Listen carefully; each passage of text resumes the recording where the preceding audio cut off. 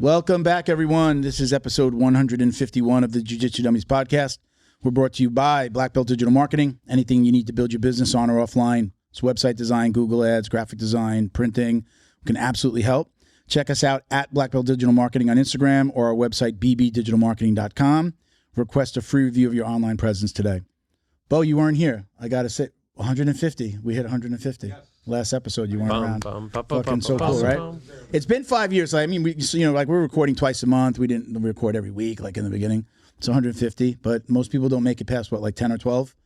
I knew this guy before he had teeth. That's how long I've known him. Now he's got those choppers. What a stud. Yeah, man, I couldn't have done this without Bo. He's been like just a huge part of getting this done and made me do it. Like I wanted to go small. Like I just kind of wanted to be like, hey, let's like just do it. We just did it small. He was just like, no. If we're going to do this, we're going to do it the right way. This guy was sitting. The first place we shot was my ex-wife's boardroom in her building. And this guy's like sitting on the table, and we're all at the end, and he's like recording. And we did it with like one camera, so it was like going back and forth. And it actually wound up being really cool. He's zooming in on people. It was like a set kind of thing. And then we've now evolved to this. So thank you, Bo. I appreciate you. I'm glad, and I'm very happy you got your teeth. For people that don't know, Bo just got a new set of chompers. He looks freaking amazing. Thank you, brother. It's all you. I'm just over here fucking up the script. Oh, see, I said the F word. Too early. My name is Milton Campus. I'm a black belt training out of South Florida. We got Christian behind the camera. We got Bo is back from vacation. Don't forget to like, comment, download, share, click that subscribe button. We appreciate all the support. Joining us today is the co-founder of EF Combatives, Jay Wadsworth. Thank you. Welcome, brother. Appreciate you. Second time? Second time? Second time. Yep. We had you in studio the first time, right? You were here. Okay. Yep. We're going to bring you guys on in a few minutes. We got Ben Stark doing co-hosting. Coach Ben Stark here for co-hosting duties. He's are we going to be doing this more often? Yeah. Is this like a thing? Yeah. Are we like a couple now? Oh my God. And you could ATT Palm Beach Gardens, right? American For those that don't team, know, American Palm Top Beach Teams. Gardens. Is it with an S? I saw it written as like Palm Beach Garden. No, Gardens. It is with the S. Okay. Even though we're in Lake Park now. Okay, so look, real quick, I told you guys I was going to shout this out. Before we go too far today, I want to make sure that we shout out Richard Bressler. For those of you that don't know, he wrote this incredible book, Worth Defending. Right, Bo? Got a picture of that? He's in the hospital right now. I believe he was in the hospital in California in like UCLA's hospital. He's in Texas now. I think it's got like with a specialist. I couldn't find anywhere where they've actually released exactly what's going on, but it was like life threatening. He's on the road to getting better. So not only is this an incredible book, you can get this on Amazon. We just found out that my producer Christian produced the audiobook recording for this. Small world. That's fucking really cool.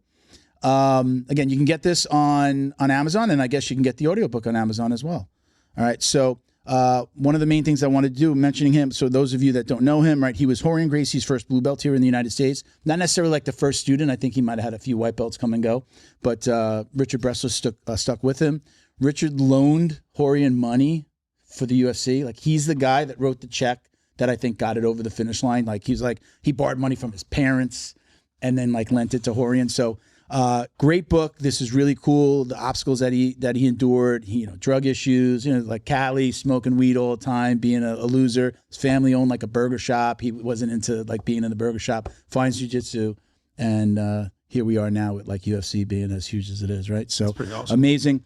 I'm going to put his GoFundMe in the description. So when this comes out next week, where we usually film on Friday, it comes out by the next Wednesday. You'll be able to donate to his GoFundMe. We really appreciate anything that you guys can do. We'll share it online as well. I might try to put it in my link tree on Jiu-Jitsu Dummies. Yeah, anything you guys can do to help. He's a great guy. He's been amazing. He's done so much for the community. And if we can give a little bit back, that'd be awesome. All right, guys.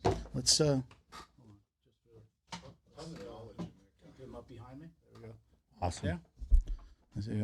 I got to go this way. All right. Maybe this way a little bit. All right. So let's do a couple of shout outs. We are brought to you by academysafe.org. Academy Safe is a nonprofit whose mission is to help clean up the martial arts by advocating for background checks, U.S. Center for Safe Sport certifications, and concussion training for all coaches, staff members at every academy throughout the United States. And we're going to do Canada. Found out we're able to do Canada. The back end that we have, it'll be launched in a week, so we'll say we're powered by NBC Universal's Sports Engine. Logo on the site, so freaking cool. It's they power the background check, the safe sport certification, and concussion training. And why concussion training? Obviously, we're doing all martial arts, so that's important. But some people that like we're saying, like, should we do that? Why do we need to do it? If you have that concussion training, I don't know if it'll make your insurance cheaper, but sometimes they're requiring it now for Martial Arts Academy. Do you know? No? I haven't been required to get it. But ever since you started with this, I've been actually like following it pretty closely. Yeah. I like all the ideals. I just don't particularly know how to go about doing it all. We're gonna, So you're gonna do it all on our site. Okay. So you're gonna get the background check. You're going to pay. There's an annual fee. We'll talk about that later. There's an annual fee, very small. You would sign up, and then your coaches need to sign up. That's the thing, right? So we're trying to weed out the creepers, right? Background checks, keep out the bad guys. At least help filter out some of the bad guys. We can't say that somebody who hasn't done anything bad won't do something bad, but let's at least make sure we keep the creepers out. So it's background check, concussion training, and safe sport, all through our site, all through the portal. Again, powered by Sports Engine, NBC Sports Engine. So after that, then all of the other line items that we have, like CPR training, first aid training, defibrillator training, right? And getting a defibrillator if you don't have one. We've got a company that'll sell or lease it to you. And they'll get the Red Cross out to do the training and train you on that defibrillator that you've purchased. Right. So that's like 3 or 4 of our line items out of our 8. The first 3, those, we're calling all of the training one line item, the defibrillator itself, and then making sure you have business insurance after what just happened with this $49 million lawsuit with the one that Henner testified in, right? Mm-hmm. That back take he rolled, broke his neck. I don't think you can have a business without insurance. You can't, but you'd be amazed at how many people let it expire and stay open, right? You can. I mean, I get it. Right? People let it expire, let it lapse. So we're going to be a check. We've got a company that we're working with. You can use your regular business insurance, but we've got somebody we can recommend.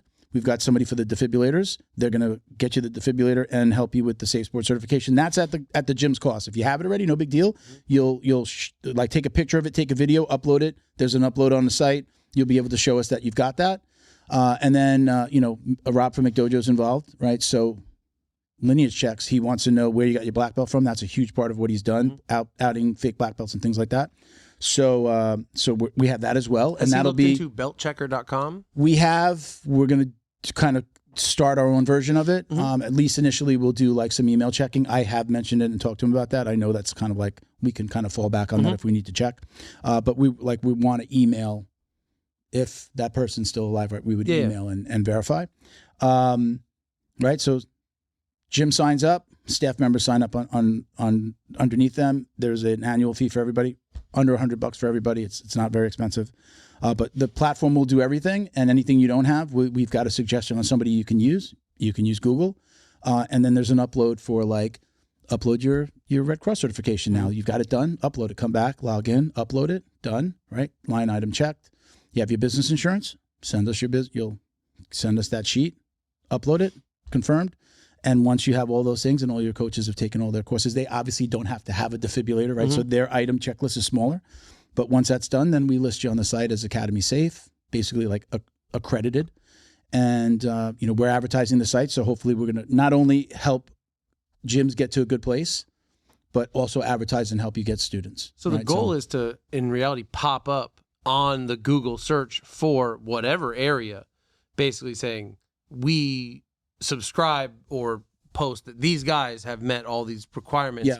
So yes, you can use Google and go generally anywhere. But if you go to these people, sure. They are first aid, CPR, defibrillator, and background checked. So why risk the other stuff? So I believe, especially with the people that we have involved. So we have a Secret Service agent on the board. We've got Rob from McDojo. huge following, and he's been doing this for over a decade. But you guys also have Milton Campos. And they have me. Yeah. Fucking Joe Schmo. We've got a media guy that's is like a reporter by trade. He does PR for some of the academies down here, gets them on the news. I should introduce you. Gets them on the news, John Way Martial Arts, right? Mm-hmm. Every Chinese New Year's, they got John Way on like in the mix with like NBC6 in the mix, stuff like every year. This is the guy that does that. He got us into the Sun Sentinel for the podcast a couple of years ago, right? Roberto Santiago, shout out. He's also on the board. So we've got some heavy hitters, and we're doing some really cool stuff. I probably can say it now. We're supposed to do a tour of the. There's a facility here in West Palm Beach for missing and exploited children. That like their office is here. I believe the Secret Service is gonna work on getting us. They do tours. Hopefully we'll be able to record it if I can get Bo in there. Mm-hmm. But they work very closely, and this resonates with them. Not only Joe Scargill, who's on the board, but the Secret Service. I believe they're involved with things that involve human trafficking and missing and exploited children. So, man, we've got some heavy hitters. We're going to make this happen. The best way that I can explain this for anybody listening and for you guys is Rob explained it like this, and it was just like, that's a great explanation. When you go to a movie theater, right, it's rated R, PG, PG-13, right? Who does that? A third party. Who does the rating? It's a third party. The Motion Picture Association of America does that, at least right in the United States, maybe even into Canada, right, America. So, we want to be that for martial arts, not just jiu-jitsu, for martial arts. So it's not a government. They're not exactly. People have been like, is this government intervention? Are you advocate? No. But the Motion Picture Association of America is a private organization. But every movie theater has said, okay, send your movie there, and then they'll give us the rating, and we agree, handshake and a smile to abide by that. There's probably money there to change hands. I don't know the ins and outs, but right, private organization. We want to be that for martial arts. You know, if you've heard me talk about it, I've just, I was at Fight Sports when all that stuff happened at an affiliate. It didn't happen in our place, but had to deal with that once. Name change. Let's get away from that. We don't want to be part of that. And then I had a creeper of a coach do some stupid shit, and I was just like, I'm out of here. This is ridiculous, right? So it's just kind of like, sparked like just a little anger in me. Like, I'm gonna move again because somebody can't fucking keep their dick in their pants. Like, really? So there you go. There's all my cursing before the 15 minutes, right? Well, so yeah, there we go. Fucked up our YouTube advertising. We're good now. Yeah. It's been 15 minutes. So just sparked doing that. Like, where I feel like we're going to be able to change the game. We've got a lot of people behind us that are like, yes, we'll do this. Now, the website, we're beta testing next week. We'll launch by, I think it's the 4th, the first Monday of December, we're launching. And, the goal is to kind of go top down, like go to the Gracie Bajas, go to 10th Planet, go to all these places where we can say, hey, look, if you could mandate this, and those people know Rob. Everybody knows Rob. Everybody knows McDojo Life. They might not always know the name behind it. But when they see him and they hear the name, usually they're like, "Oh, I know McDojo. Oh, Rod, that guy. Yeah, that guy. Yeah, I know him. I see the videos all the time. He knows all these people, and hopefully if we can just resonate with a couple of those academies and it becomes top down. We've got a nice waiting list that started of people that want to sign up. But hopefully, if we can get those people at the top to say, this just makes sense and makes my life easier. You're an affiliate. Go through this stuff, and then you'll, whatever other things they have to go through. And even if they wind up not doing it with us, but people start to do this, it makes sense. We've like, our mission is to help clean up and keep out the creepers. It's not about making money. It's a nonprofit. It's not about making money. Nobody's getting paid. Nobody at the top is getting paid right now. We're all doing this out of our pocket. So it's just about cleaning up. So if we wind up cleaning up the martial arts a little bit, and unfortunately, specifically, I know the jiu-jitsu world. I know how shitty it could be, and how these guys all think that I've got a black belt, and I guess it's like what is that? Narcissistic personalities, right? I'm not talking about you, Ben. You are amazing. You are. Tell me more. Tell me more about me. Anyway, look, you can. But if you really think about it, if you're like, I don't want to do that, why? Yeah. Like, again, I understand a background check isn't cheap. But okay, cool. But as a whole, it is though. It is cheap. Really? It is cheap if you do it through like a service, like we're bringing them tons of background checks. Like, my only thought would be financial, or just lack of knowledge. You're an academy owner. Would you pay $99 a year to be listed on a site, to go through all these things? Again, your coaches would pay $75 a year. Any coach over 18, if they're a staff member or coach, non-paid coach, right? They're a coach, they're a staff, they're involved with kids and the women in your class, they should be checked. Then there's going to be a list and show that you've got all of these things done, and we're advertising for $99 a year. Yeah. That's not nominal in the overall scheme of things. I think that that's pretty cheap. Right? Yeah. $99 a year is less than $10 $99 a year, right? To make sure you have all these things. We're helping you get these things. We're going to, put you together with people for the defibrillators. We'll get you the Red Cross out there.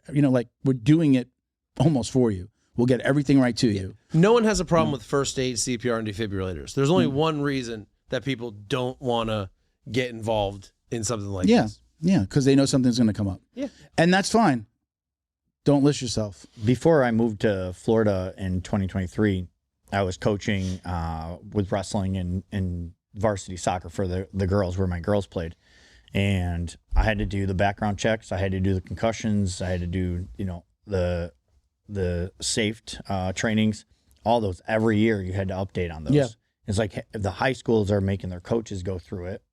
Dude. Right? And a majority of the coaches are either people they already know in the community or are probably teachers of some aspect than, going to an outside or a private identity as far as a gym. That's going to help. Yeah. So we're following, this is the company, NBC Universal bought NCSI. NCSI is the same, right now, USA Wrestling has the older version and does the first two.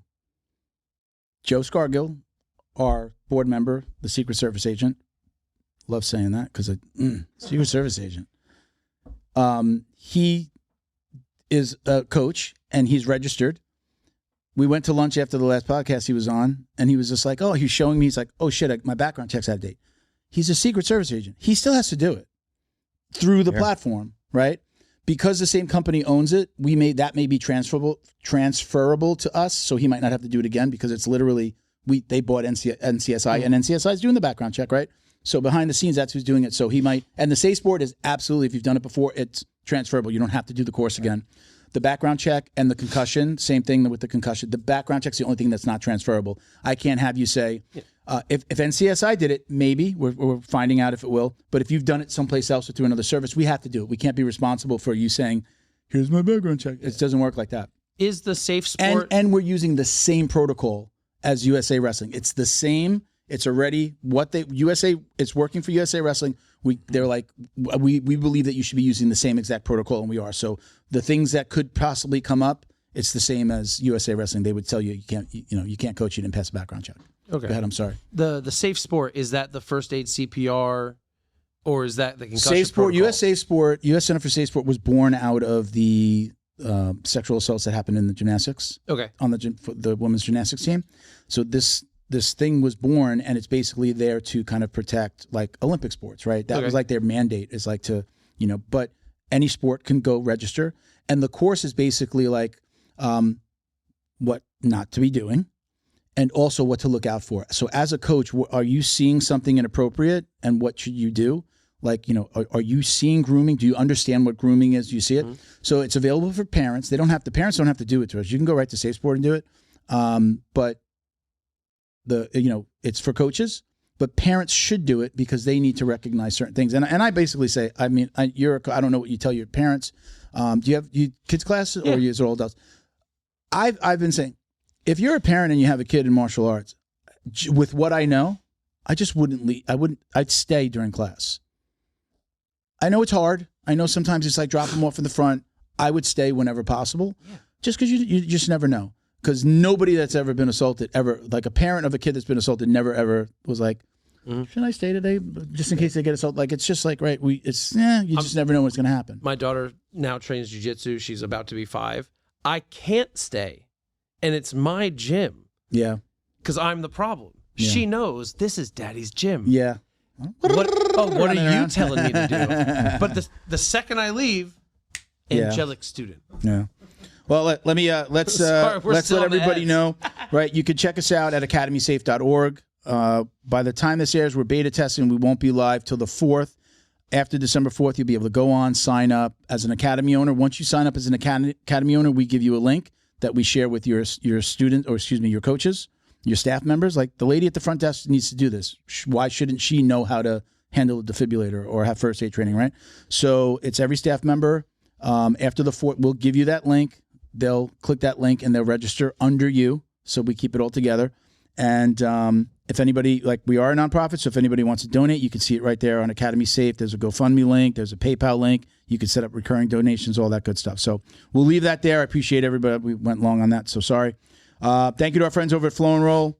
Hands down the best custom gi and no-gi gear in the business. Visit them on Instagram at flow_and_roll. Check out the custom designs they've done for academies across the country. You get 20% off with code JJD on any of their website stuff. Gym owners asked them about their pre-order program. It's incredible.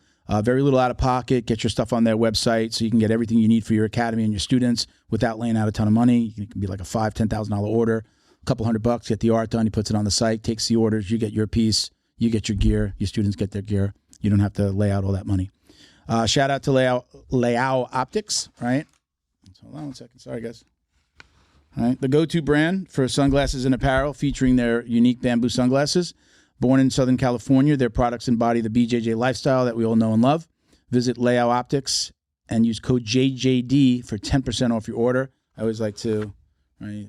Got that little. They're sharp glasses. Yeah. Right. You gave me a pair last time. Oh, you got, I got the wood grain. They looked so good. My wife stole them from me almost instantly. Already? Yeah. All right. I think I have more coming. Cool. So next time you're around, I stole them back. I might even have remind me. I might have a pair. I think we might have a pair in a box somewhere. I'm not sure. Awesome. That's it. Appreciate the patience. Welcome, Jay. Man, Thanks. let's talk about EFC. Appreciate it. How you doing? Good. Super busy. I was gonna say I follow all your stuff online. I see that you've gotten the busier. You just announced some. Did you announce some big kind of deal that you're gonna be like a police department that's hired you guys? Didn't you just post something the other day? Yeah. Did you guys work out a deal with somebody?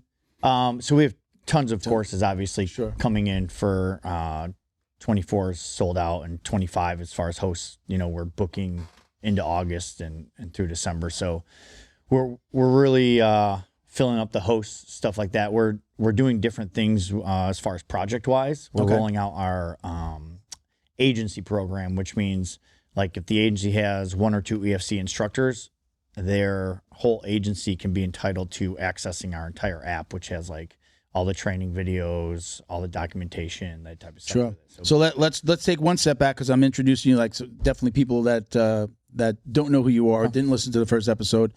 Tell them what EFC is, who you are. Give a little bit of background if you can. I'll jump in and ask some questions, but give them the rundown. All right, yeah. So Jay Wadsworth, co-owner of Effective Fitness Combatives, EFC for short. But it's a full spectrum combatives training program. We provide solutions for what we feel like are shortcomings in the law enforcement profession, military, armed security. Sure. And, I kind of developed that over a 22-year career in law enforcement. And I've been a black belt now for 9 years coming up in November. Okay. So I have the martial arts experience, fought a bunch of amateur and some pro MMA along with that. So kind of integrating the two together.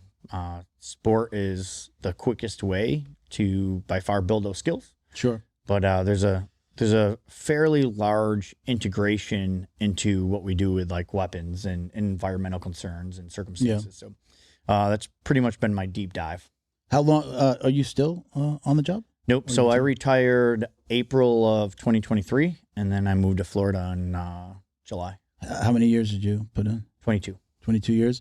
Did you leave because the EFC was taking off, or was the move? So I had contemplated doing 25, but realistically in my retirement system, 25 really didn't do me too much more. You're talking about maybe pension wise? Are they doing a pension there? Right? Yep, in a pension. So we launched EFC officially in May of 2022. Mm-hmm. And by the time April came around the following year, it was it's a full-time job. Yeah.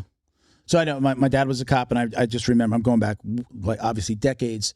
I remember when he knew he was going to retire, I guess it was the pension is determined by the last 5 years. So do they do that? It varies. So he worked a ton of overtime in those last 5 years to build that up, because then it's a percentage of your pension is a percentage of what you made in those last 5 years. Yeah. So ours was your pension was basically 3 consecutive your 3 highest 3 consecutive years at any point in at your any career. point in your entire Yeah. oh, wow, So like that's mine nice. actually were like 13, 14, and 15. Yeah. Before I started doing a lot of traveling training. Okay. Because I was just crushing overtime, and then I started doing in my free time more outside training and contract work. So it minimized that. And when you're younger and you want to take every overtime that comes across the board and those types of things. Yeah. Do they do like detail? Did you do like detail, like be at a club, be at bars and stuff like that? So, does that count as overtime, or is that separate? We didn't do a lot of that. So I was on a very active urban SWAT team, so we had a lot of overtime that way. Yeah. Or through like gun violence grant units, they would post stuff in certain times of the year where, you know, you'd go out and take extra shifts and whatnot. Yeah. So that, and then court. Like, I just suck up all my overtime in court. Yeah. Taking extra details that way, or call outs, or So how long have you been training jiu-jitsu? I started training jiu-jitsu approximately 2004, 2005. Well, you were on the job already? I was on the job already. Was it like, did you see the need, or was it just something that you were doing and it was like, oh, this is great for... Yeah. No, Will and I had this conversation on the way down here, and he had asked that, and I was graduated the academy in 2001, and it was a year or two after that I was actually having to make a DWI arrest on a guy that was much bigger than me. Yeah. And he was his blood alcohol was over 2.5, so like it was pretty high, and he just decided sound effects of wee. He just decided he didn't want to go to jail that day. And so, you know, he started to actively like be assaulted. Like he just went to throw a punch at me. And it was at that point I was like, thank goodness I'm athletic. Yeah. Thank goodness he's so drunk that when he threw a punch, he fell down himself. But, you know, usually the case. Even though backup's not that far away, like 2 minutes in a fight, if someone's beating you up, is not It's a bad 2 minutes. It's a bad time. That's a long. That's a long time. And we're not it's even usually like seconds, right? We're not even talking about weapons being introduced or being taken at that point, right? So that was at that point I was like, all right, I gotta start finding jiu-jitsu and training. And again, did you even know it was jiu-jitsu? Oh yeah, you knew it was like. I watched the first UFC. Oh, okay, you knew. Yeah, I knew. Yeah. But there was nowhere to go to jiu-jitsu near us. Like, yeah. Where were you? In Western New York, like Buffalo. Okay. Oh. So like the highest ranking guy at the time was like a brown belt, you know, and that was like an hour on the force. Yeah. On No. like Like an hour and a half away from us. Oh shit! Yeah. Right. Yeah. And you talk back then too. It was pretty thin. Sure. Yeah. So we'd either have It's to drive 2004, not 85. No, but in New York, upstate New York. Yeah, but Buffalo's a major city. No, it's a city. Don't take out the word major. I think, right? I mean, you know, not they a major invented city. buffalo wings, bro. That's major. I mean, But like we were literally driving hours to do seminars and privates with people, you know, and then come back and getting the best wrestlers in the area to train, and you know, that's kind of how it came about. And so, when was EFC born? What year? EFC was actually born in 2022. Okay. Oh, so real super recent. But you were already doing this training, but you didn't have a name for it yet. Correct. Yeah, I was. So the department went through a change at the head, and the chief that got hired ended up being like a military guy and a big avid wrestler. Mm-hmm. And he basically knew I was training and doing some MMA fighting at the time and stuff, and had pulled me aside and he's like, I don't care what the state's doing, because at that point the state was still doing like PPCT, which is like one-ply toilet paper when you have like diarrhea. So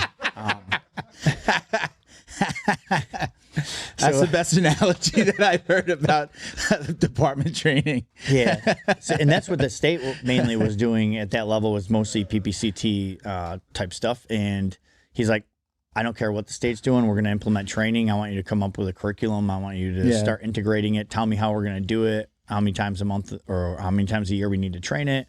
And so I started doing my first curriculum build there. Yeah. And it eventually caught on, and I picked up with like a tactical conference, the TAC Ops conferences.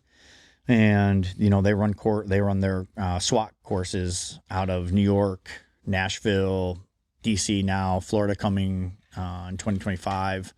And started teaching some stuff there, and just started catching spin, and then the state got a hold of it, and they ended up contacting me, and they contracted me out to build the state program eventually. Yeah. So I was doing that. I was working with C4C on helping run some of his stuff. From C4C, you're talking about I know the handle.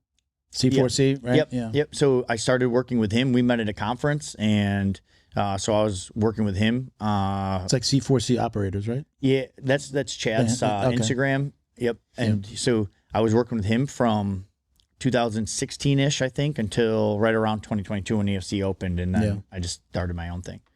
You have cops up there? You got any cops that train with you? I got a handful. Actually, my longest standing cop is, I believe, the title in the department, like the PT or the DT, the guy who runs the defensive tactics. Or defensive training. Like a lot of police departments call it defensive tactics training. Yeah, we got the Tequesta DT trainer is one of my guys. Oh, okay. Yeah, all right. Cool. So he's carrying over what you're teaching him? Yeah, I've been talking to him for years. Like, Unlock the power of your online presence with Black Belt Digital Marketing. Their reputation management program ensures your Google business profile seen by more potential customers.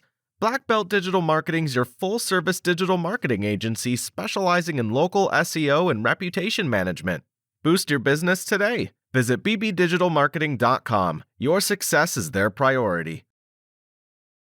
Special thank you to the crew over at Flow and Roll for all their support. Flow and Roll is renowned for their incredible no-gi rash guards, shorts, and leggings. Flow and Roll has quickly become the premier custom apparel provider for academies big and small throughout the United States. Reach out today to discuss your custom order and ask about their incredible pre-order program. You can send an email to flowandroll@gmail.com or visit their Instagram at flow_n_roll and shoot them a direct message. And yes, they can create an awesome custom gi for your academy as well. Visit flowandroll.com to check out their awesome designs, and remember, you'll get 20% off your purchase of t-shirts, rash guards, or gis with code JJD. I've always had an interest in like LEO style training. You know, I went to college. I have a criminal justice degree. My plan was actually to try to go into law enforcement and federal and stuff. And it just, I got pretty good at fighting, so I just did that. So he was just so you know, he was final. What would we say? Like I was an alumni. You from were the Ultimate Fighter. He was. He tried to. He was on tough. Yeah. Like you were getting on. I don't know how to say it. For like you know? 48 seconds. 48 seconds. What season was that? Do you know? I don't know what to talk about. No, I was on 11. Okay. Yeah. A really good buddy of mine who actually went and put himself through an academy to become a cop so he could teach for me, because they told me he couldn't until he became a law enforcement officer. Matt Secor was on the Ultimate Fighter as well. Awesome. And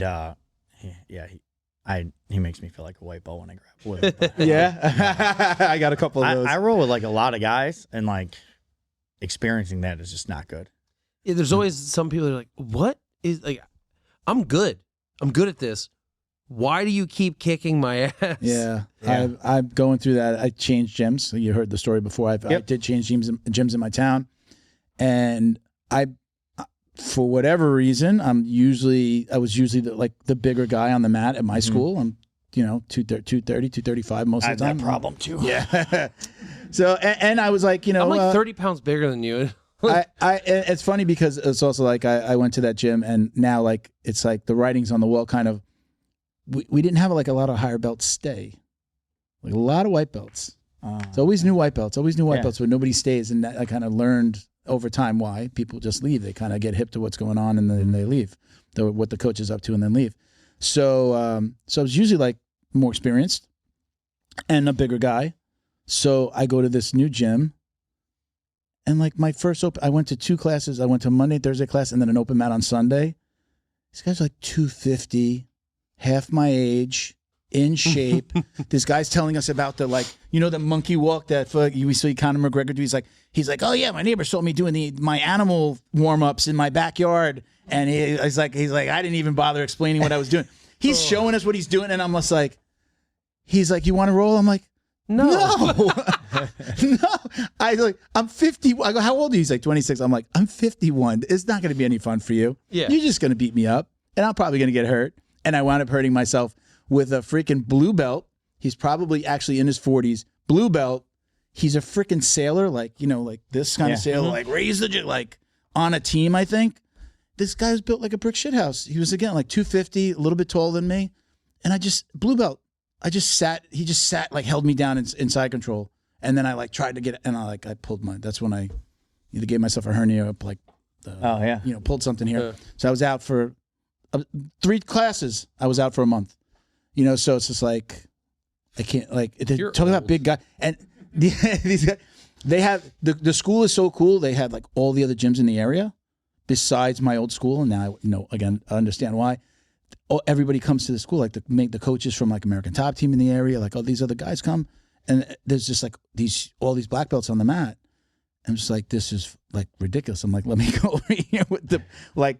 If you're younger than me, you better be a purple belt. Like it's tough, man. But yeah, I get that. I feel that. I think we're all around the same age. Yeah, Like, I'm 42. 46. You guys are babies. You guys are still babies. But like I already have to kind of like pick my partners. Like there's like 5 guys. I'm like, okay, you know how like I got 19 disc injuries. So I like, oh, how come you haven't rolled with the new guy who's like just blah blah.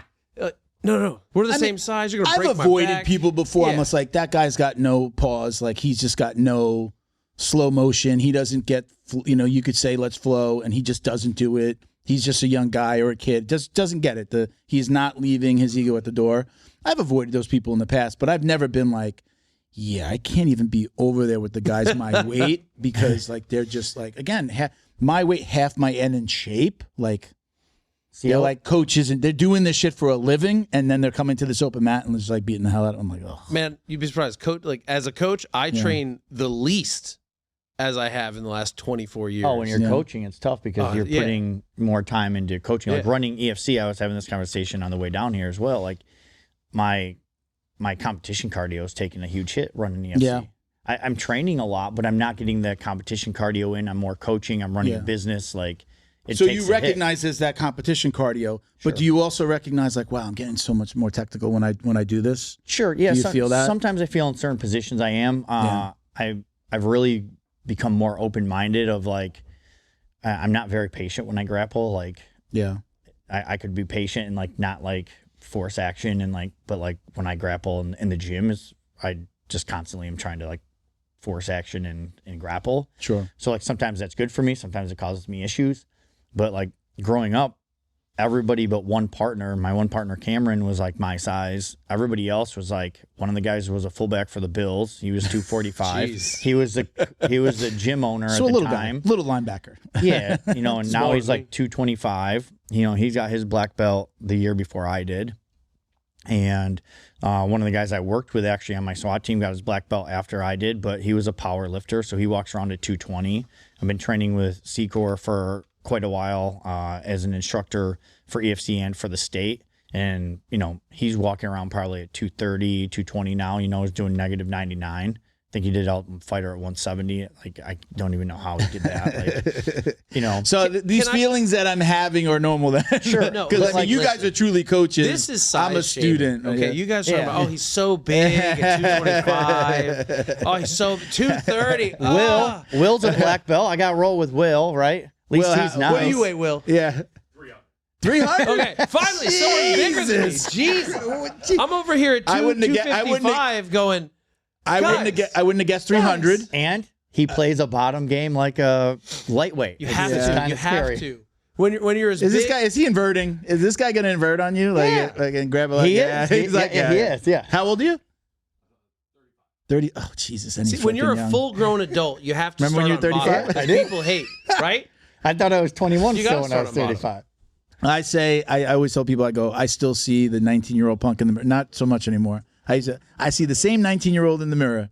Not anymore. The statement. Not anymore. The last couple of months, changing schools and getting hurt. Like I've had like 3 shoulder, knee, hip. If you could pick an age to go back to, like in terms of like, my physical prowess or what I was doing, like what age are we thinking? Mid-20s. I would go 30. I'm doing 28. Like 28 was like the first time I was like, oh, I'm making money. Were you doing? But And, like- were you doing martial arts? Yeah, I was At already that time, fighting. were you doing martial arts at that time that you said? Like, I wasn't doing martial art. I did a little American Taekwondo at like 20. I mean, it's the most And then I legit. stopped, Like, yeah. I don't, what's wrong with that? And then nothing else. And then like self-taught hitting a bag that I'd hang out on a tree in the backyard, like shit like that. Being a man. Yeah. Yeah, I felt like at 30 for me, I was physically like in my prime. I wasn't hurt as, yet. Like I was an athlete as a kid. I was a gymnast till I was 16. Like I was soccer. I knew you know, your glutes had bass in I'm them a for fucking a reason. yeah. Man, My lady's jealous of my ass. She's like, I wish I had your ass. dude, Is that good? it came out this week. My wife's like, the reason she likes me is because I got a big butt. Yeah, Yeah, I get the same thing. I'll tell you off air. I'll tell you off air what I was doing yesterday. It's crazy as it is to talk about this. Like, you know, a lot of people aren't going to say like, yeah, listen, I get my ass kicked by the guy. Like, I think this is good for people to hear. Like, yeah, I'm my old envious. coach, I hate to quote him, but he would say, for every level is another level. Like, where every level is, right? So At least one. right? Yeah. Yeah. Like, but it's just immediately, right? It doesn't matter. Like watching your coach have somebody like come in and watch your coach get his ass kicked when he kicks everybody's ass is like, yeah, yeah. Oh, so you're not Superman. Oh, I thought you were like the S on the chest, right? You're just like I think we look at our dads, right? You know, Yeah. everybody had their dad growing up, right? Yep. Like you look at your dad, and he's like, my dad was a cop. My dad was a cop. I was a little kid walking around. I had every opportunity to be like, my dad's a cop. You know, when kids like they'd be like, my dad's gonna shoot your dad in the face. Oh yeah, my dad's a cop. He won't even get in trouble. I used to every opportunity, right? So it's just like we all think like that mentor in jiu-jitsu. At least I know that I did. I'm just like oh, and then to watch like somebody younger come in and like kick his ass, it was just like, oh shit. And I actually believe like he stopped rolling with us. I'd see he'd roll with other people. He stopped rolling with his students, which I thought was strange. And he'd always be like, oh, this is hurt, that's hurt. But then somebody would come in for an open mat and he'd roll. But his ego was, my students are getting good. I can't lose to my students. And he stopped rolling with us. I let my students tap me like all the time. Like, so we at EFC, we do what we call lunch rolls, and it's kind of something that we had. What do you call it? What is it called? Lunch rolls. Lunch rolls. So we give everyone a lunch break because we have 8 or 10 hour days, depending on which model they pick. So we break them for lunch. They can leave or they can stay and we do an open mat. We just do live rolls. We set the clock for like 45 minutes and we just roll. Now this is during an EFC class, you're during saying? the class, okay. yeah. All right, cool. We'll tell, hey, if you want to roll, pack your lunch. We'll roll for 45 minutes and then we'll jam food real quick for 15 and then go right back to training, right? What else do you need? Yeah. So, of course, I always tell people, like, I'll roll with everybody in class that wants to roll. And obviously, more and more, I start, like, thinking to myself the statement of, like, Father Time's undefeated is, like, it's a true statement. Sure. It truly is true, right? I think I'm still, like, young and can, like, go super hard. And then next day, I'm like, okay, maybe I won the battle, but the war was lost. It's never worth it. It's never worth it. But like, so I roll with everybody at lunch, and I don't see these people particularly every day or every week. I see them probably once or twice every year, maybe once or twice every year too. So when they roll with me, or the first time they roll with me, I get everybody's best roll for 4 or 5 days every hour at lunch, you know, and say there's 25 to 50 people in the class, and say 3/4 of them stay and roll. I may do 30 rolls throughout the week against 30 different people of all shapes and sizes and skill levels, you know, and they all got one pace.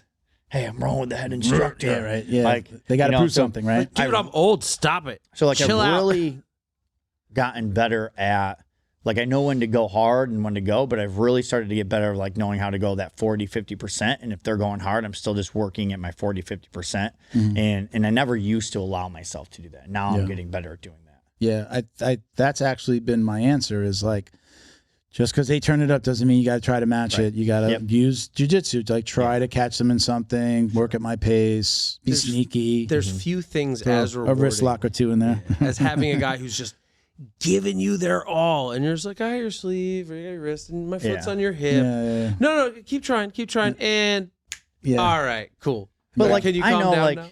at my gym now, I train out of black tie Brazilian jiu-jitsu up in Cape Coral. I know at my gym now, like if I go to comp class, like every roll's going to be a killer roll. Like that's what you're going to comp class, because it's every roll's going to be super hard and everybody's good, right? Now, if you go to class or open mat or whatever, you can just kind of pick and choose who you want to roll and how hard you want to roll. So it's, you know, I know which class I'm going to and what to expect. And if I don't feel like going, you know, balls to the wall that day, then don't go to comp class. If you go to comp class and you don't feel like rolling hard, like it's the wrong day to go to class or the wrong time to go to class. I've lost the like I'm not embarrassed anymore to be like I'm good. Like if somebody asks me to roll, I'm just like, and again, I know that they have no they don't know how to flow, or they don't respect, they don't truly understand, like, hey, how much older I am than you, or that I might be hurt. I have no problem being like, no, man, I'm good, man, thanks. I'm gonna want you to get one of those young guys over there. Like, I'll point him at, hey, well, you guys want? Why don't you guys match up really well? Or I'll pick my roles, even if it's a guy that's going to give me a lot of problems.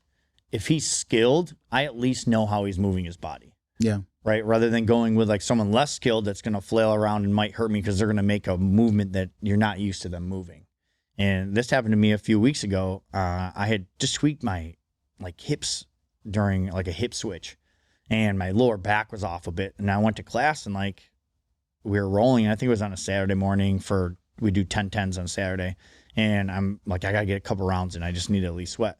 And the two guys I picked to roll with are guys that like at any given time in a comp roll, they could sub me or I could sub them. They're both very good. But like I knew that the way they move isn't going to injure me as long as I don't injure myself.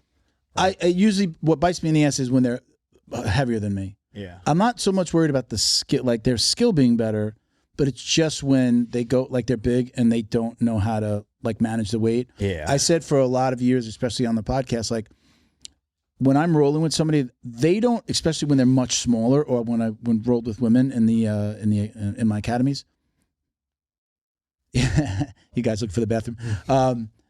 I would say that I'm doing two things. Like I'm obviously doing jiu-jitsu, but I'm actually trying to manage my weight so that I don't hurt you. Right. Yeah. And I think I got really good at that, especially, listen, I was a guard puller for a long time. If you're smaller than me, I'm usually going to pull guard because I know that one little slip up and I fall on your rib cage or something, and now you pop that floating rib, or I know that. I'm conscious of it. I think I did a really good job of, especially with the girls, like I'm not only practicing my jiu-jitsu technique, but I'm also trying to manage like how much pressure I put on you, because I don't want to hurt you. And I also don't want to be that guy, right? Nobody wants to be that, don't roll with him. He hurts all the girls, or he hurts all the younger or smaller people. I feel like I was the guy that people would be able to be like, they knew that I wasn't going to tear them apart. Plus, let me just say this. So I would also like, my thing was, if I tapped you once, if they were aggressive, I would try to tap them once, and then I would save it for the very end of the roll. Now I'm just going to do jiu-jitsu. I'm going to be defensive. I'm going to play my game. I might see something, but I'll show you that I have it, but I'm letting it go a little bit more catch and release. And then I would kind of play a little game, 30 seconds. Let me try to get something. Let me try to tap them. But I wouldn't just do tap, tap, tap, tap, tap, tap, and I feel like some guys are like that. Like they're really super great. They just want tap, tap, tap, tap, tap. What, like, I don't really think you understand, like, what are you really working on? Like, nothing. Float, move, give up position. I mean, there's a time and a place to be a machine gun. We're going to competition. I got to catch. Absolutely. Absolutely. Cool. Get your timing down. Yeah. But putting yourself in bad positions, I think, is a really a smart thing, right? That's just a known thing in this world. Right? Yeah. Distinctly underutilized. Well, even like Gordon said for ADCC this year, he only trained like 10 days up to it. Yeah. And he's like, in the Yuri match, he's like, he went for submissions a couple times at the end and he missed them. And he goes, I never miss submissions. He basically was like, my timing was off. So at the highest level, like his timing was off because he didn't have the training days he wanted in for submission stuff, right? It's timing. So like, if you're training for comp and you need to get submissions in, but like just subbing someone because you can sub them 100 times doesn't necessarily do either of you any good. Yeah. Something you said I wanted to touch base on real quick was like you would pull guard so that like you know how to control your weight and do things. I think in law enforcement, that is why grappling is so important for them to train. And that's why grappling should be made mandatory, right? Some sort of wrestling hybrid with jiu-jitsu, okay? And the reason being is if I can't control my own body, how am I going to control the person's body that I'm kind of controlling? Like, you want me to control another human being, but yet I don't even know how to control my own body. It's almost nearly impossible. It's like we're setting them up for failure if we're not building these skills and getting used to weight management, distribution, and moving in balance, right? Like at the higher levels, if you're knee on belly on me and I am just trying to escape and I never force an off balance on Ben, I'm never escaping because he's just setting up the next counter to his movement. I have to off balance him and then make my move, right? And so like, but that's because I understand that when I'm on the top, I'm controlling my body to the point where like, I don't want to be off balance because when I'm off balance, that's when I know I'm going to be escaped on or reversed or whatever the position may be. So, do you have something to add? Yeah, sure. So with because I have no, training with police departments and such. I've done some courses here and there, but nothing that's like, structurally for law enforcement and stuff. Is the reason that they haven't brought something like this in? Well, obviously it's not because it hasn't had the idea, but we see the cops, they're out of shape, they're big guys, they got bellies. I mean, they come to my gym, some of them, but at least those guys are going, oh, I've noticed this and I need to take advantage of it or do something about it. But how is it that we don't have like mandatory PT? Like, you have to remain a certain level of fitness. My stewardess on Emirates has to have a certain level of fitness, but you don't. Like, I'll say he's got the right answer for now. I'm just going to say I always, like, just as a reminder, I've talked to my dad. There was 23 years on the job. Never outside of the academy was there a time where he had to go and do a physical training test after the academy. Never. 23 years. I think every year he had to certify with his pistol. Sure. Yep. That's it. Once a year, right? Once a year. Yeah. Make sure you can shoot him. But get as fat as you want, and like, nobody's taking you off the street for the most part. West Palm Beach Police Department has like a department open mat, and some of the guys from Jupiter and Quest, and they go down there, and that's cool. But like, shouldn't there be someone like myself or yourself that like, hey man, we have jiu-jitsu Monday, Wednesday, Friday. Have you met Jay? Have you met Jay? That's what he's doing. So the big problem, Ben, is people want true police reform. Okay, if they want true police reform, it's not like cutting people. It's not. The problem is the standard. The standard's very, very low, and unfortunately, like, society doesn't know how low the standard is. Qualify one time on paper, right? You probably have no stress. You probably shot a 70. You still suck at shooting on paper, and then you get in a gunfight. Let's take hands-on.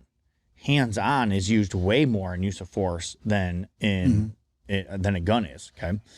So understanding that we're a very out-of-shape profession, and it's because there's no such standards. Now, I don't care if you've been on 22 years or if you've been on 1 year. You're doing the same job. At any point, you might have to fight with someone. You might have to get into a gunfight. You might have to protect somebody, so on and so forth. The common, and it's almost done in every state, and probably every state, but I don't want to like be confined to numbers. You go to the academy, you train for 6 to 8 months. You probably get 2 weeks of range, 2 weeks of DT, and that's probably on the high end of things. 2 weeks of building clearing, 2 weeks of vehicle stops. Then when you get out and go to your respective agencies or the agency you went to the academy in, you then maybe go shoot once a year, maybe twice a year, okay? For the average police officer, that's the case. That's the case. Right. And there's no PT standards. There's no PT times, right? So like now I have to pass a PT test to get into the academy. I have to pass a PT test to get out of the academy, okay? And then I don't have to ever do that for 20 more years, like ever, not even 20 more years, ever. So it's like, that's the downfall. You should have to pass a PT test every year. Now, say our department, they couldn't make it mandatory, but what they did is they offered, hey, if you take the PT test and they give you dates in September and October, then I think it's $750 now, but back when I was there, it was $500. So you go do a 1.5 mile run, some push-ups and sit-ups, and you make $500. I'm like, sweet, that goes towards Christmas gifts. Can I do that? That's my workout for the day. Yeah. When we first rolled that out, I think maybe like 10 people passed it, and only like 12 or 15 people even showed up. Now I think it's gotten better because the culture of that department's changed, and more people are training, and more people are staying active and fit, and a lot more people take advantage of it, and that's up to $750. But that's volunteer status. They're volunteering to go do that. They're not mandatory, but hey, you're a professional that at any point might have to sprint to save a kid in the school, that may have to sprint to save your partner, and you're not mandated to be fit. You're not mandated to be fit, okay? So that's the first. Obviously, fitness is the foundation of everything. They don't do anything for stress inoculation, stuff like that. Like I was a bouncer, I was a bar back, I was a fighter. You must be new here. Like I really haven't gotten the chance to sit down with someone in your field outside of like one of the cops I trained. Right. Yeah. And they're not trying to talk about work when they're hanging out. Yeah. So like asking an accountant to look at your gym. Can you look at my taxes? Where they're freeing, right? Their mindset's being free, and they're going there basically because that's like jiu-jitsu. We were talking about on the way down here. It's like it's your stress relief. It's like your therapy, right? Yeah. And the other good thing about like these grappling gyms and things that are so important for police officers is every gym you go to, there's all walks of life in there. Mm-hmm. There's super poor people. There's super rich people. There's uneducated people. There's and you wouldn't know. people. You don't know really unless you see somebody pull up in their car. And you don't even care. You don't know. Maybe. You don't even think about it. But nobody cares. Yeah. Nobody's thinking. So now you're getting used to all these different cultures, and when you go out on the street, now you understand. You have some sort of life experience and context with people outside of your circle, right? So it's like that's another benefit it does. Yeah. But again, there's statistics we can put out all day long that is, hey, police use force. They have to use physical force less than like, it's like 0.001% of, let's say all police contacts in the United States. It's like 0.001% or something. It's very low. Okay, don't quote me on the exact numbers, but it's way under a half a point. Okay, if we're on like out of 100.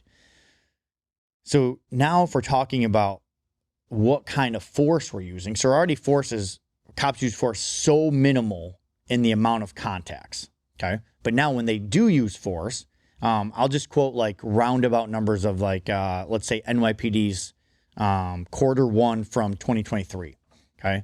It was like Q1, they were 8 times they had to use their handgun, okay, in Q1. Obviously, that's going to be at the high end because it's the largest city in the country. And they have 33,000 officers. But eight times they had to use their handgun. It was like 300 and some times they used their taser. Let's say like baton and canines were in the low teens. You know, you're saying department-wide? Department-wide. Okay. And then it was like 1,700 hands-on, right? So there's no argument of when cops use force, what we're using. It's hands-on skills. Yeah. Everyone wants to be dependent on their belt because they have no hands-on skills. Yeah. Batman is the coolest superhero, though. Correct, it is. But jiu-jitsu, and when I say jiu-jitsu, I like to use grappling because I feel like jiu-jitsu is here, wrestling is here, and now that we have this hybrid of grappling, all mixing it together and like, so it's like grappling fundamentals, right? And it's like, if we grapple, we have a skill set in grappling, now we're solving these higher percentage use of forces with fairly ease and staying in the use of force, right? Mm-hmm. We're not having to bash a guy's face in and bounce him off the thing because we're not being ineffective. You just do it because you love it. Yeah.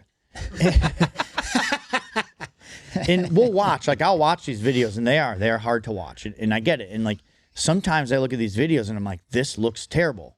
But when you judge like off of Graham v. Connor and you're looking at it like, okay, this guy isn't actually overusing force. It's ineffective. So it's giving the appearance of being an overuse of force. And it's really, truly not. They just are being ineffective. They're punching this guy and the guy's still fighting, but the punches aren't doing anything. Again, a punch, if you punch me, okay, unless you incapacitate me, the punch is just pain compliance, basically, right? Look at UFC. Every round now, what do? Significant strikes. It's got a shirt that says "pain equals compliance," right? I do. That's my favorite. It's my favorite. See, I should have wore it today. So it's like significant strikes. Some of these MMA fights have 100 significant strikes, and nobody's knocked out. Yeah. No one gave up, right? Like they're still fighting. So we have to understand when pain compliance fails, where do we resort next? So now we have to go back to like control. If we don't know how to use our hands, we're more apt to have to go to a taser or get more stressed and make a poor decision. Where if you have good hands-on and then you work the tactics and the integration of things, your true police reform is training continuously. The problem is we don't train them. Even training once a year. What's once a year going to do? Nothing, right? Maybe we can work on problem solving, coming up with a plan, and having some communication. But then if you put stress in, it fails. So like our level 1 is all based around building skills in the combatives environment. And again, your guy's a DT guy, and that's the overused word in police work is you're a DT guy, you're a range guy. Okay, but your gun problem becomes my hands-on problem or vice versa in less than a second sometimes. Okay, so law enforcement is silo training. The range guy doesn't know how to fight with his hands, and the DT guy might not be a good shooter. But if I'm a DT guy and my problem's 25 feet away with a gun, I'm going to wish I was better at shooting. Mm-hmm. If you're a range guy and you're good with your gun, but you and I are in a phone booth, that dude's screwed. So, right? Like I'm taking his gun from him. So it's like that's why we named it EF Combatives, okay? Effective Fitness Combatives, is because I want it to encompass combatives for the environment, different weapon systems, uses of force, rather than defensive tactics. Defensive tactics is one silo. Range is one silo, right? You mentioned stress inoculation. Amazing that you bring that up, right? Because you guys understand that human beings react under stress in 3 primary ways: fight, flight, and fear, right? So, or fight, flight, and freeze. If you freeze, that's really bad, right? Human beings fight pretty good moving forward as far as like the way they move forward and they go. And flight is poor because we just continually go backwards, which is going backwards on the same trajectory is not great when we need to have movement. And I always say, we always have to be able to be mobile and be able to move in police work. Movement's life. But there are times I need to control this guy and I need to be hands-on. And if you don't know how to solve that problem, now you only have one route to go, right? So like breaking down these silos, but it's continuous training. We need legislation that's mandating these guys to be fit, okay, where they have to pass a PT test every year, and they should be training minimum once a month, right? I have a question about that Maybe specifically. Even once every 2 weeks. So what do these guys, the overweight guys, the out of shape guys, is it like high school for you guys where it's just like these guys are getting shamed or realize like, I'm being legit, right? I mean, there's got to be like all right. I don't want freaking overweight Bob here, I don't want him coming out on a call, and should, you were a SWAT operator, right? Yeah. So, I mean, everything is different for you, right? There's more gun training, there's more range, there's more physical fitness, right? I mean, the fat guy with the belly over the belt isn't on the SWAT team, is never going to get on the SWAT team, correct? Sure, depending on, so like. Do they just do more departments need to adopt what these SWAT operators do? I mean, I follow some of these guys, and I know a lot of them are jiu-jitsu guys. Right? Yeah, and I think is that a more simple jump than trying to get them to like, again, jiu-jitsu or defensive tactics, what you're calling grappling, like really introducing I believe in introducing the grappling, but is that the shorter jump to like, hey guys, everybody should be like in the shape of a SWAT operator from shooting to hands-on? So again, I have the... And I want to know about the shaming of the fat guys. I have the ability. Well, it obviously happens. It's happening right now. He laughed. but listen, it's not just that. It's you got guys that are twigs that can't do anything. Okay, like the other side. I mean, they're not full-grown adults. Will, how tall are you, Will? 6'2", 300 pounds. What a But Will man. can roll 10-minute rounds with you, right? Like he can roll you up and move. So like, there are PT tests like the Cooper standards, which is very common, and it's like you have to run 1.5 miles in this time, so many push-ups, so many sit-ups, and it's all age and gender. Do you know what the time specific. is? I'm wondering how fit I am. So like you would be in the 40 to 49 bracket, okay? So your 1.5 mile time, depending on if you're running at the 50th percentile, 70th percentile, 90th percentile. But if you're trying out for SWAT and say you're a 42-year-old male, and then I have a 24-year-old male, he has to run it in a higher time, do more push-ups and more sit-ups for you, but you're doing the same job. Yeah. Right? So like the Army has now changed their PT program to an age gender neutral PT test, more job specific. Good. Right? Because you're doing the same job. So maybe let's just use female versus male. Okay. So if I have a 40-year-old female, her times are going to be probably like to run 1.5 miles in the 16 minutes, right? Where you have a 20-year-old male, he's got to run it under 10 minutes, right? So like understanding that's almost half, but they're both going to be a police officer to do the same job. They're both going to be running from the same guy or at the same guy, right? Right? So like so it's not as just simple as like just train like with a SWAT, because like, again, I'm super lucky. I've been teaching at the tactical conferences for years. I was an attendee first, obviously. Then I started teaching there. And not all SWAT teams are equal, right? Like in New York State, let's use New York State for example. There is a DCGS, which is Department of Criminal Justice. There is a SWAT certification where your SWAT team can be certified Okay. And you have to meet physical conditions. You have to meet range qualifications every year. You have to train so much per year, so much per month on certain topics. Okay. When I left, there was 21 teams in New York State that were certified. All the rest of them are just cowboying it still because they can't meet the qualifications. But there's no penalty for them.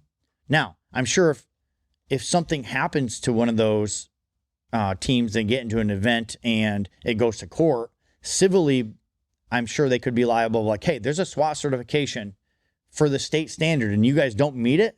Why? Right? So it's like there's no mandated thing. I think they need to mandate training for officers on a continuous basis, whether it's every 2 weeks or every month. And that can be rotating and grappling, range training, reality-based training, which we'll talk about stress inoculation in a minute with that, building clearing, vehicle stops. How many officers would you lose immediately, though? Right? But how many officers didn't you I would want say in the first more place? than half of the departments wouldn't be able to pass. So correct, right? That was a big argument I heard. There was a department in Florida, I can't remember which, but they're saying you need a blue belt to be a police officer here. And they're like, you can't do that. You're not going to have enough police officers. Yeah. And it was like, yeah, but is it worse to have a few, obviously that is a huge problem, or to have the wrong people? The people that aren't dedicated to the craft. So right now, there's a nationwide shortage in police officers. All departments are hurting. This really... They've been getting a lot of bad press. Why does nobody want to become a cop 2020 put this into light, right? The 2020 year put this into light. We live in a glass house more than ever. And you know what? That's fine. We should be professional. We should be accountable for our actions. We should be, right? But you want police officers to be perfect, like they're trained robots. And unfortunately, the majority of them are the average human being that goes home and when he comes in, he puts a badge and gun on. And that's it. And he's no better trained than most people on the street. Yeah. Right? So now I have 2 untrained people fighting and we have weapons involved. Like, of course it's going to be a disaster all the time because they're going to be scared. Yeah. Right? You're fighting with someone. They're human. And it's not like the ref's going to stop the fight. Like, it could end up in a shooting. It could end up with me getting shot or them getting shot. So they have this stress. Right? And we don't train to that stress either, right? Training over and over again brings stress down, okay? And that's why that's our level 2. So that's where we really vary in company. Like, so EFC, we don't have like an advanced 1 and advanced 2, like 2 just more advanced techniques or more skill. No, I want you to be so good at the fundamentals of level 1, so good at the fundamentals over and over again that you're going to be able to do your job. If you're so good with these simple skills, the majority of these skills and positions, you're going to be a competent police officer, okay? Do that over and over again. Don't worry about like saying like, hey, at blue belt, I have to know 5 sweeps. At purple belt, I need to know 8 sweeps and I need to know 3 more open sweeps. No, because it's not that complicated on the street as far as technique. It's what are the basics of positioning, right? So underhooks, overhooks, controlling hips, controlling head, controlling legs, these types of things, and then doing it in a team setting. So our level 2 is all about bringing and developing stress drills in to where they have to start to learn how to be a coach for that. They have to build those drills. They have to be able to build the role player for those drills. They have to run safety on that drill. They have to understand how to coach that drill. And we call them box drills. Basically, box drills is kind of taken from the military. They did all the money and research on what they call black hood drills for like buds training in the SEALs. And that was like, they put these black hoods over the SEALs and they pop them up. And then you don't even know what scenarios. You just have to react to what's in front of you. And now that could be a guy asking for directions. That could be a dude with a gun pointed at you. That could be a dude running, trying to stab you. Right? So now you have to react immediately and you have to observe and decide what you're going to do and act right away. Right? Under stress. But the more you do those things, the better you handle them. Human behavior is super simple. We're not complicated people, okay? If you watch resisting arrest videos, you could probably pick out the same 5 things that the bad guys do every single time. That's it. 5 things that they do every time. Okay, so let's find 2 or 3 routes to defeat these 5 things every time and just be really good at those. It sounds like so much common sense. So with that being said, can you comment on this safe wrap system from if you'd like to? So I don't want to get into it a ton because like I don't want to get sued. I don't want to like go down that. I personally haven't gone through the course, right? So to do it justice, I don't want to. I have friends that have. I had conversations on it with people that were in it not too long ago, as of Wednesday. Here's the thing. We have been teaching since I built the curriculum in 2009, high-low control and team tactics. You're high, I'm low when we're defending him. Right? Which is the essence of the safe wrap system. One guy at the top, one guy on the legs. Everything is conceptual of if I want to put the officers in the best place position, like to control them, I need to control high and low. So Taser has been out for centuries. They have all the research. And if you want NMI, which is neuromuscular incapacitation, and you want it just to not be pain compliance, if you shoot the two probes right next to each other, that's only going to be pain compliance. The rest of my body moves, I'm good. Most people fall down because they're not strong with pain. But you'll see dudes like fight through the taser and rip it off. And that's because both probes are above the belt line or both probes are below the belt line. Okay. So to get the best neuromuscular incapacitation, we want the probes to split the belt line. Okay. And on the front, you want to obviously try to stay chest line or below, or on the back, you have much bigger areas. This is going to change my sex life. Yeah. But so if we take that concept, why do we want that? Because when the probe spread is longer, we're controlling more parts of the body. Okay. Well, the electricity has to transfer between contact points. Yes. And so when we're controlling someone, we're going to control high and we're going to control low. Now, we have multiple options that we give them of how to control high and how to control low. Okay.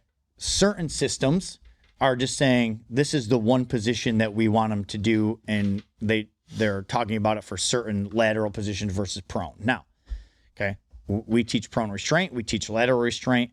The biggest thing we teach is when we're prone restraint, once they're in custody, then we're working to get them searched and moving them to lateral restraint because it benefits us in so many other ways, okay? Not for what the narrative is of positional asphyxia and all of that stuff, okay? We're avoiding saying they're breathing because depending on what medical paper you look at, there's some that show you breathe less laying on your side with weight than if you do stomach down with weight on you, okay? So, like, we're not the doctors here, okay? We'll let the doctors fight that, but we just know that putting them from prone restraint once they're in custody, once they're cuffed, okay? If I take him into custody, I'm responsible for the guy. Now, if he's prone, I can't assess most of his vital areas, and I certainly can't search half of his body. So I don't like keeping him in prone restraint if I don't need to once he's cuffed. I'm going to move him lateral because I can finish searching the rest of his body. I can still restrain him with different techniques that we use, and I can assess the majority of his vital areas. So that's why we teach moving him lateral once we're cuffed. But having one, here's the problem. Always and never in the law enforcement profession is usually bad. If you say you always have to do this, you can never do that. There's too many variables, too many circumstances. So off topic, your primary client base at EFC, is this, do you train civilians? Do you only do law enforcement? Do you do military? I would say by far and away, our largest client is the law enforcement profession. We're getting a ton of armed security and hospital security coming in now to our courses. We do have some military guys, and we've done strict just private military courses as well. We just did one down in Fort Knox. But I would say law enforcement is our primary client, okay? We have what we call like an EFC certified academy, okay? And basically what that is the gym owner or the instructor that wants to run like the EFC curriculum for his cops that come in, his individual, whatever, can kind of see the difference between sport and the integration, right? There's not a ton. Skill-wise, he's got all the skills to do whatever he wants, but what do they run? And then they're certified underneath us to be able to teach that curriculum, right? Because we realize that a lot of the departments don't have the resources in-house to do high-level training as far as grappling and integration. They might not have any purple, brown, or black belts in the gym. So if they don't have that, where are they getting it from? Well, hey, how about you vet these community gyms and be like, okay, there's models out there where the department will pay this gym so much a year to let all their members train there, right? And they train mainly in the sport, but some of them want like strict combatives classes or strict whatever. So then that's where that certified academy program comes in, right? So there are models coming out there. You mentioned Jupiter and a couple other departments down here that train a lot, and they have a lot of people that train with them. They're actually coming up with like grappling clubs at their department, and they're coming in off time on their off time and training. Some are allowing them to have an hour a day to train or an hour a week maybe to train on duty. Grand Rapids Police Department, where we work really closely with, they've built a grappling club. They're all EFC now. He did a layout of 2023 uses of force, and where like most likely they probably would have had to shoot 3 people that had guns on them that they were fighting with, that they didn't end up doing it because we talked about stapling arms and pinning it and separation concepts, and they ended up taking them into custody, right? So all these things, now they have their own grappling club, so they go in and they grapple and they do sport jiu-jitsu and they do wrestling, but then they can also integrate in positional differences with weapons one day a week or whatever they want to do. I would love to see.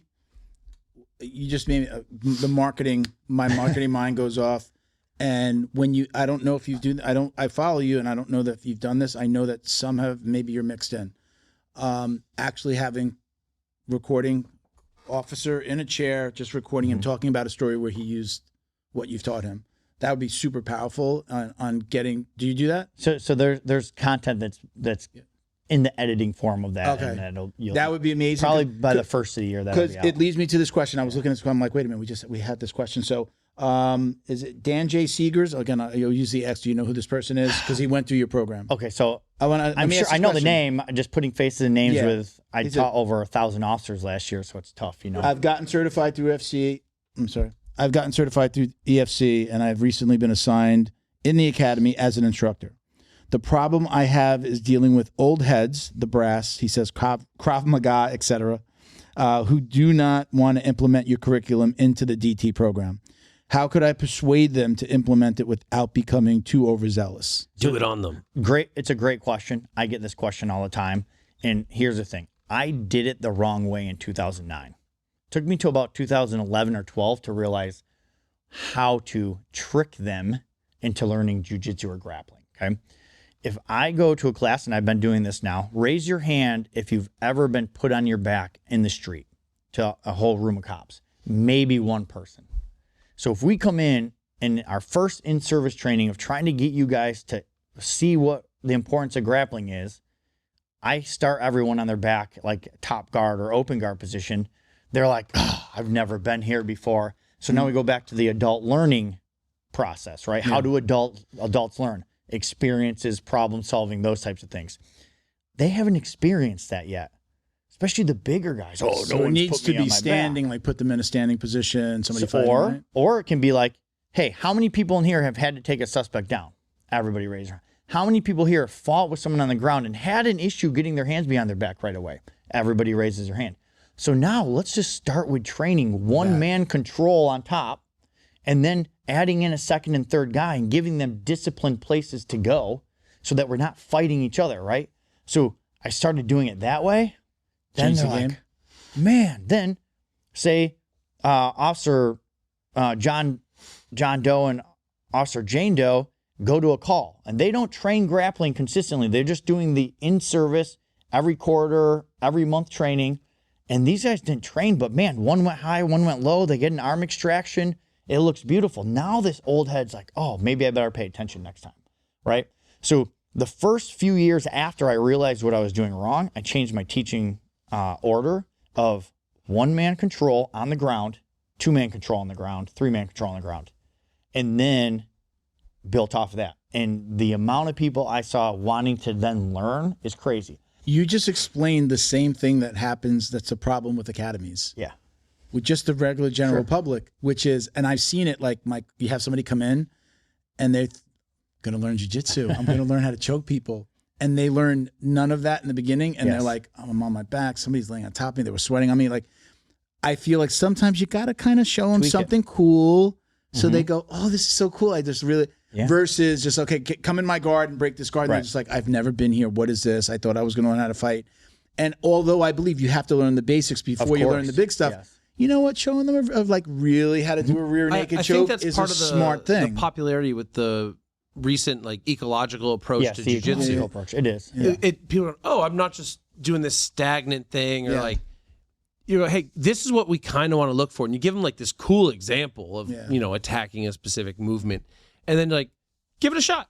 And they're like, man, I can't get it. Cool. Well, how do we get there? And then you go little piece, little piece, whole piece. I've had guys show up at my old academy, and if they were a bigger guy, I'd get matched up with them, and then it's just you could see it in their face, like, yeah, this isn't what I thought. I'm like laying in this. This guy's got his legs wrapped around me. What the fuck is, what am I doing here? And it's just, again, that they don't see the cool parts of it right away, and then they wind up. He's got a highlight reel in first class. And then with police work, we have a trouble of like, are they being able to retain it? Okay, so more so, what's the concepts of this position? And then we can add techniques in as we go, what skill works, right? But what order we teach it in to get the most reps for them so that the retainment is higher. So, so like on the ground, I used to teach takedowns and then ground control. But say you're not a cop or you're not a jiu-jitsu guy, and I teach you to do a takedown, where are you going? To the ground. To the ground, but then he doesn't know what position I want him to go to. He's making his bad habits. So now if I teach him the ground position, and then the next block is the takedowns, every time he does a takedown, he should be like, oh, there's a hand exposed. Here's inside position. Here's how to go to a low mount. Now he can get the reps in off his takedowns. If I do takedowns first, they build no more reps after the guy's on the ground because they don't know anything. You're using the takedown to kind of tantalize them, to then teach them the ground and then return to the takedown? I start ground control. So I was like, how do I better retainment for the students and build in more reps? Okay. Because what I got tired of doing was walking around the room and seeing them go takedowns and then having to fix everybody to go to a different place, right? Or, hey, there's an arm exposed, you should take it. Or, so I was like, I'm going to do the ground control first this class and see how it works, right? Then every time they took him down, I said, now when you take him down, you should end in a positive position with inside control, low mount, knee on top, chest to back. And so then every time they took him down, they got to end in a position they already had just looked at in the prior module. So now they're building those reps all over again. I've got one more question. So in line with what we've been talking about, this is, his name was just Flynn, but it's Flynn VJE is the Instagram handle. He says, is the biggest motivator for officers to start training BJJ usually a single incident on duty, like being overwhelmed by a suspect, or is it a cultural shift amongst the officers in the department? So is it like, are you seeing a guy because it's like, yeah, everybody else is doing this, I really should know that, or do they have a potentially like near-death experience on the job and they're like, holy shit, I didn't know what I didn't know? So I would say both. One, like I started training because I had where I looked and was like, okay, it worked, but it could have been bad, right? Or it could have gone. I think right now it's a small shift if you look at like overall numbers, but I think there is a shift of people starting to be like, hey, I want to learn this, I want to do it, right? Training is shifting a little bit, but again, we're way far off of where we need to be as a civilian policing profession. I think the most of the time it's an event. And the reason being is, again, go back to adult learning. I had a problem. I had a issue. I was scared. I got to solve this. Now, some people will avoid that, okay, and just quit or just be like what we'll call emotion light, going back to your question later about like pushing the guys that are like not great. Okay. Shaming them? Yeah. But shaming them like in a way where like you want them to train because you're backing me up, bro. Yeah. Right? Like you're backing me up. Like, do you want to back up yourself? Yeah. No, you don't. There's no way possible you want to back up yourself. But unfortunately, so many people, if they've never been in a real true fight, don't understand how poor they are at fighting or how much they suck. They don't know. Yeah. They don't know what they don't know, right? So like, I think it's an event. You see why I tell you about, right? That whole seeing red is not a self-defense. Didn't they do a study that said the untrained man is 4,000% less effective than they think they are? So the average male in a fight, yes, there was a thing that went around online with this study. It was like, and I didn't read it in depth, but it was like the average male thinks he's 4,000 times more effective in a street fight than he actually is. But that's true. Yeah. If you talk to people, if you talk to other cops that don't train, you'll do good. Like, you'll be fine. The best one I saw was the girl that's like, you know the egg, what do they call them? The egg weights. Egg weights, right? It's a great marketing campaign. the girl's on the beach. She's asking people, do you know how to fight? And they're like, yeah, I can kind of fight. So she gives him the egg weights, and she's like, okay, do some shadow boxing. And these guys are like awful. It's so bad. Like buff dude, you know, just like throwing hands. It's just like, you could just obviously like start to see the way. I can't even do it wrong anymore. Like, it's just so like, they start throwing punches or like throwing a kick.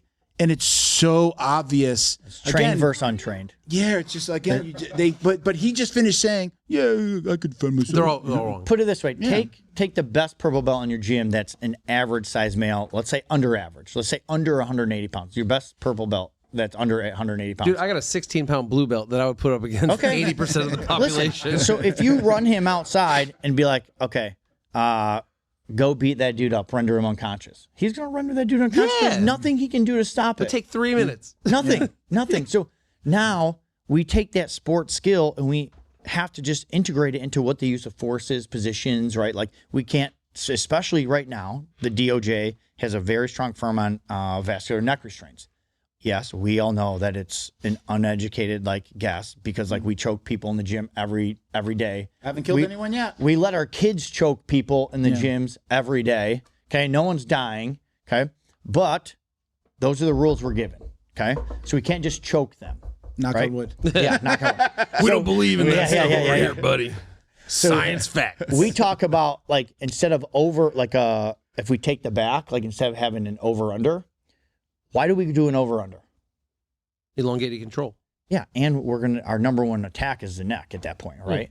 So in a weapons-based system, the failure to the over-under is now I don't control one of his arms. So he can be presenting, my head's probably high by his high, I can't see that, and now he's... But if I go double unders and control what we call B grips of the wrist or A grips of the pinky line, now we control inside position. We're not getting high, we're working to achieve what... Which in a competition, but we would probably never do, right? We would never do that. I do it as a ride. It might be a stalling tactic, or I'm just gonna. But in wrestling, they do a lot of wrist rides because they can't choke in wrestling, and they're looking to turn them. Okay, so they do a lot of wrestling rides. My first ever wrestling match in high school, I was mounted guillotined.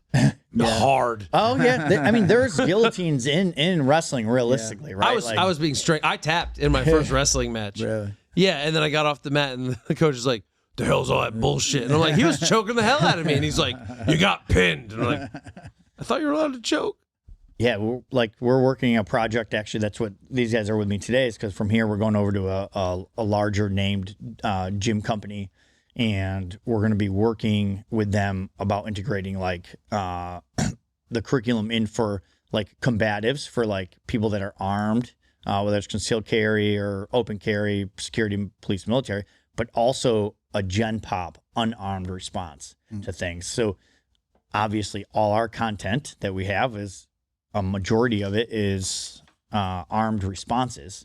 Okay. Now we know that we have to have control. We have to have certain things in position before we just go pulling out our weapons, because they can be taken just as easy if the bad guys, we can take them. So we're going to be videotaping a bunch of gen pop stuff for, hey, how do we solve these issues if we're unarmed?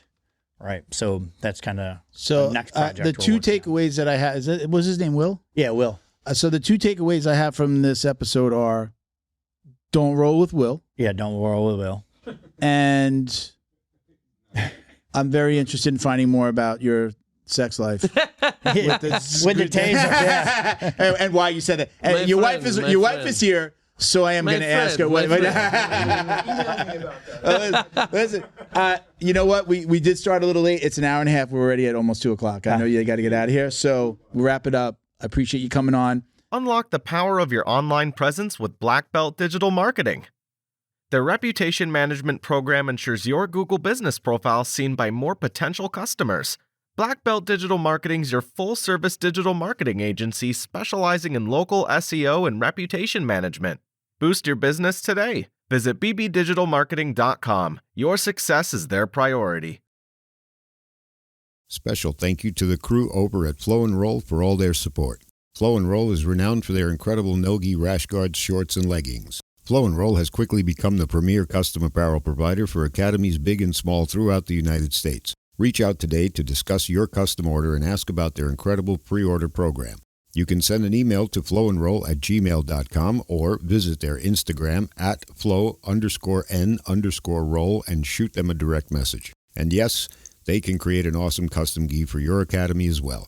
Visit flowandroll.com to check out their awesome designs, and remember, you'll get 20% off your purchase of t-shirts, rash guards, or gis with code JJD. Thank you. You want to give everybody your handles, shout outs. This is your time to go ahead, tell everybody where to find you and so the company's Effective Fitness Combatives. Most of our Instagram, Facebook, and YouTube handles are EF Combatives. It's either going to be Effective Fitness Combatives all spelled out or EF Combatives. Instagram's our largest one right now. My personal Instagram page is WADSBJJ. And, we put out a lot of free content as well. Like we're constantly putting out solutions for things, breaking down body cam footage, weapon attacks. How can we make these positions better? And realistically, it's the solutions for everybody, both sides of the coin, right? Like if we want to de-escalate things and verbal fails, the next good form of de-escalation is good control tactics or better tactics, right? Those save lives as well. It's not just the verbal aspect of things. So, I appreciate you guys having me on, man. Thank you. Bo, thank you for I'm not Bo. I mean, Ben, thank you for co-hosting today. I appreciate pleasure. it. Go ahead and give them, tell everybody where they can find you, and hopefully we have you back again pretty soon. Definitely. So let's get started here, guys. I got a lot to cover. First and foremost, if you are a kickboxer, a competitor, you're looking to get back into it or get started in it, we are holding an IKF Point Muay Thai and Kickboxing tournament November 9th in Palm Beach Gardens at the Palm Beach Gardens Moose Lodge. So by all means, please come check it out. You can find Florida IKF on Instagram. You can find me on Instagram, MMA Coach Ben. If you're looking for cool shirts like the Mean Coach Ben kit I'm wearing right now, check out hammerjujitsushop.com. And of course, if you are anywhere near the Palm Beaches, on vacation or for life, come check out my gym, American Top Team, Palm Beach Gardens. We'll get you trained up. Very cool. Awesome. Thank you both for doing this. Let me get a couple of quick shout outs. So thank you to BioPro over your shoulder right there. We got the boxes back there. Bioproteintech.com. Get $30 off with code JJD on their regularly priced kits.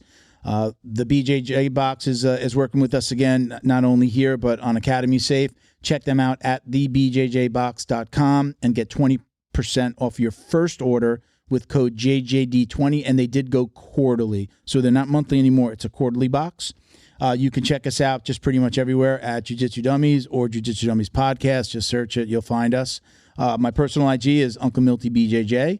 And that's it, man. I appreciate everybody. Thank you again for doing this, man. I know it's like I feel like I was so used to going 2 hours. I'm like, that was so short. It's like an hour and a half, and that's like way bigger than most podcasts, or way longer. But thank you, everybody, for watching and listening. Peace, love, Jiu-Jitsu. Us. Gotta do the us. Boop.